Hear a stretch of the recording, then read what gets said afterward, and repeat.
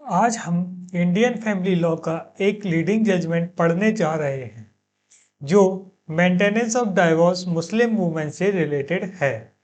ये केस आपसे judiciary, LLB, LLM और कॉम्पिटिटिव एग्जाम में डायरेक्ट क्वेश्चन के रूप में पूछा जाता है। केस का नेम है मोहम्मद अहमद खान वर्सेस शाह बानो बेगम। इस केस को समझने के लिए एक स्टोरी दिमाग में रखिए। क्या एक डाइवोर्स मुस्लिम वुमन सिर्फ इद्दत पीरियड तक ही मेंटेनेंस पाएगी या उसके बाद भी पाएगी? अगर हस्बैंड फाइनेंशियली कैपेबल है तो क्या वो सिर्फ पर्सनल लॉ का एक्यूज लेकर अपनी जिम्मेदारी से बच सकता है? साहब बानो एक 62 ईयर की डाइवोर्स मुस्लिम वुमन अपने हस्बैंड से मेंटेनेंस मांग रही थी अंडर सेक्शन 125 सीआरपीसी के तहत। सुप्रीम कोर्ट ने डिसाइड किया कि मेंटेनेंस का राइट रिलीजन पर डिपेंड नहीं करता बल्कि एक हस्बैंड की जिम्मेदारी और स्टेटूटरी ऑब्लिगेशन पर डिपेंड करता है। इसीलिए ये judgement Indian secular maintenance law का लैंडमार्क डिसीजन माना जाता है। इस सीरीज में हम सिर्फ केस लॉ नहीं पढ़ेंगे बल्कि एग्जाम में केस लॉ का आंसर किस पैटर्न में, किस लैंग्वेज में और किस एक्सप्रेशन स्ट्रक्चर में लिखना है होता है उसे स्टेप बाय स्टेप समझेंगे। अक्सर स्टूडेंट जजमेंट पढ़ लेते हैं लेकिन एग्जाम में आंसर प्रेजेंटेशन सही नहीं होने की वजह से मार्क्स लूज हो जाते हैं। इसलिए आज से हम शुरू कर रहे हैं exam oriented leading case law answer writing approach, जहां हर केस को एग्जैक्टली उसी फॉर्मेट में तैयार करेंगे जिस फॉर्मेट में एग्जामिनर आंसर एक्सेप्ट करता है। तो चलिए शुरू करते हैं how to write a judgement into scoring exam answer. जैसा कि आप स्क्रीन में देख पा रहे होंगे कि सबसे पहले किसी भी जजमेंट के आंसर राइटिंग लिखने के लिए हमें उसकी सिनॉप्सिस लिखना होता है।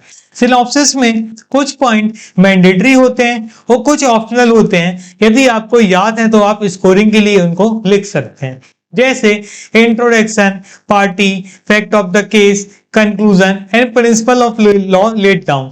ये मैंडेटरी पॉइंट्स होते हैं, ये आपको हमेशा लिखना ही है।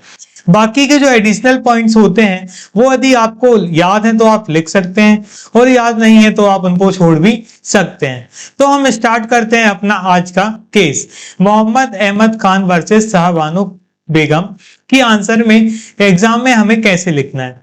तो फर्स्ट पॉइंट है हमारा इंट्रोडक्शन। इस केस में सुप्रीम कोर्ट ने एग्जामिन किया कि क्या एक divorce Muslim woman section 125 of criminal procedure code के तहत मेंटेनेंस क्लेम कर सकती है, चाहे मुस्लिम पर्सनल लॉ में सिर्फ इद्दत पीरियड तक मेंटेनेंस का कॉन्सेप्ट हो। सिंपल समझिए, सवाल ये था क्या section 125 CrPC Muslim divorce woman पर भी अप्लाई होता है। सेकेंड पॉइंट हमारा name of the case, Mohammed Ahmed Khan versus Shah Bano Begum. Third point हमारा parties of the case, appellant Mohammed Ahmed Khan, respondent Shah Bano Begum. Fourth point हमारा रेफरेंस साइटेशन, ऑफिशियल साइटेशन इस केस का है AIR 1985 SC 945। इक्विवेलेंट साइटेशन इस केस का 1985 two SCC 556। Date of judgement, judicial magistrate का judgement date था यहाँ पे 23 अप्रैल 1985। बेंच एंड कोरम, जैसा कि हम जानते हैं ये लीडिंग केस हमारा सुप्रीम कोर्ट ऑफ इंडिया के 5 जज कॉन्स्टिट्यूशनल बेंच का जजमेंट है। तो इसमें हमारे जजेस थे first chief justice YV Chandrachud, second justice DA Desai, third justice DO Chinnappa Reddy, fourth justice E Venkataramiah, fourth justice Raghunath Mishra. Subject of the case, ये केस डील करता है मुस्लिम पर्सनल लॉ से, मेंटेनेंस ऑफ डाइवोर्स से, सेक्शन 125 सीआरपीसी से, आर्टिकल 14 से और फैमिली लॉ से, और article conflict between personal law and statutory law, इन सभी चीजों से ये केस डील करता है।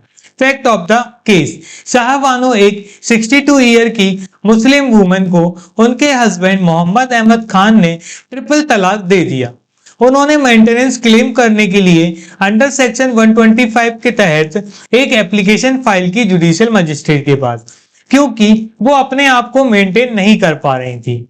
हस्बैंड ने आर्गू किया कि मुस्लिम पर्सनल लॉ के मुताबिक मेंटेनेंस सिर्फ इद्दत पीरियड तक नहीं दिया जा सकता है। मजिस्ट्रेट ने साहबानों के फेवर में मेंटेनेंस अवॉर्ड किया। केस सुप्रीम कोर्ट तक गया। इस केस में लीगल इश्यूज क्या थे? इस केस के लीगल इश्यूज, फर्स्ट, क्या section 125 CrPC Muslim divorce woman पर अप्लाई होता है? सेकंड, क्या मुस्लिम पर्सनल लॉ सेक्शन 125 सीआरपीसी को ओवरराइड कर सकता है? थर्ड, क्या हस्बैंड की लायबिलिटी इद्दत पीरियड के बाद खत्म हो जाती है? ये इस केस के लीगल इश्यूज थे। लीगल इश्यूज के बाद आर्गुमेंट बाय अपीलेंट। यहाँ पे हस्बैंड ने आर्गुमेंट किए इन लीगल इश्यूज पे कि मुस्लिम पर्सनल लॉ के मुताबिक मेंटेनेंस सिर्फ इद्दत पीरियड तक दिया जा सकता है।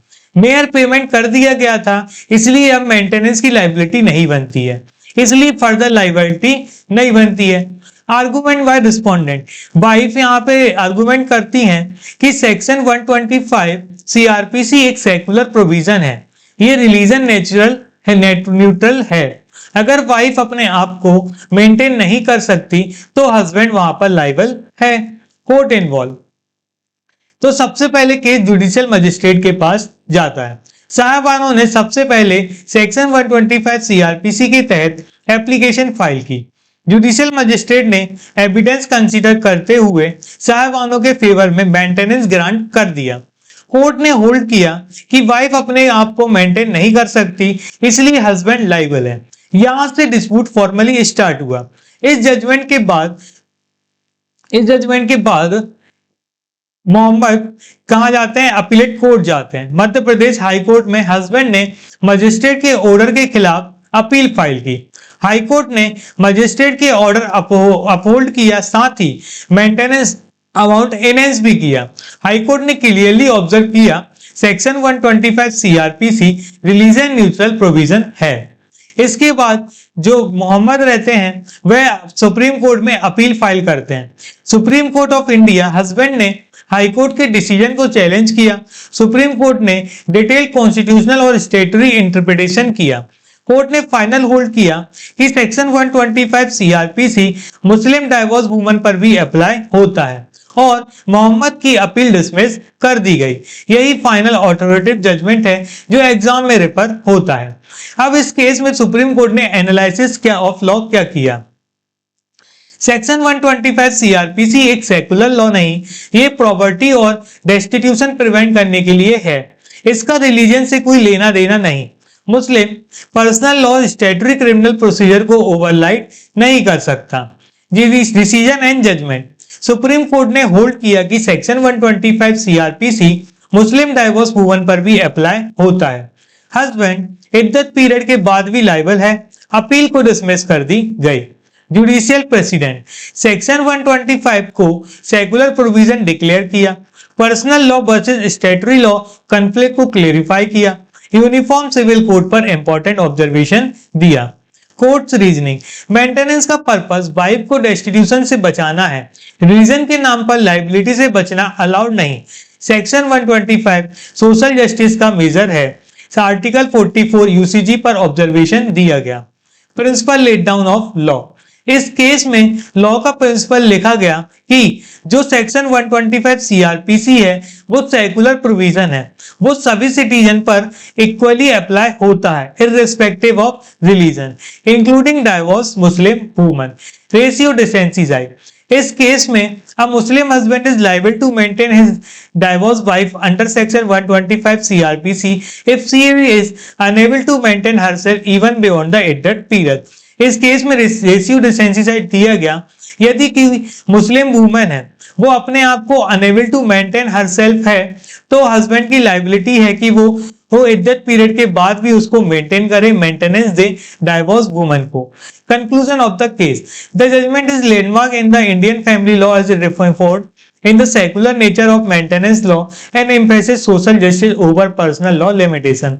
इस केस का कंक्लूजन ये है कि ये जजमेंट इंडियन फैमिली लॉ का एक लैंडमार्क जजमेंट है जिसमें बताया गया है कि section 125 CrPC secular in nature है, सभी रिलीजन्स पर इक्वली इक्वली इन्फोर्स होता है और सोशल जस्टिस के लिए है, पर्सनल लॉ के लिमिटेशन से ओवरलैप नहीं होता है।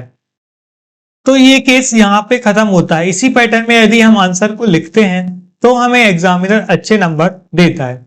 आपको इस केस के हिंदी और इंग्लिश दोनों लैंग्वेज में यदि नोट चाहिए हैं तो हमें डीएम कर सकते हैं, आपको इसकी पीडीएफ प्रोवाइड कर दी जाएगी। और हमसे जुड़े रहें ऐसे ही रीडिंग केस लॉ के लिए बने रहें। Thank you for watching learn with advocate Govind Sahu. जल्दी मिलेंगे एक नए लीडिंग केस लॉ की आंसर राइटिंग के साथ।